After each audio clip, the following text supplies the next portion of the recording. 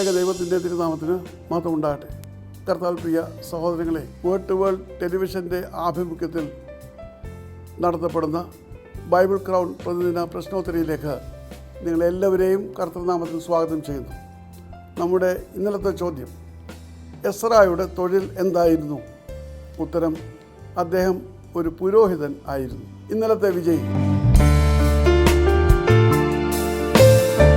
ഇന്നത്തെ ചോദ്യം, എന്ത് സംഭവത്തിന് ശേഷമാണ് യാക്കോബിൻ്റെ പേര് ഇസ്രായേൽ എന്ന് മാറ്റിയത്? ചോദ്യം ഞാൻ ആവർത്തിക്കുന്നു.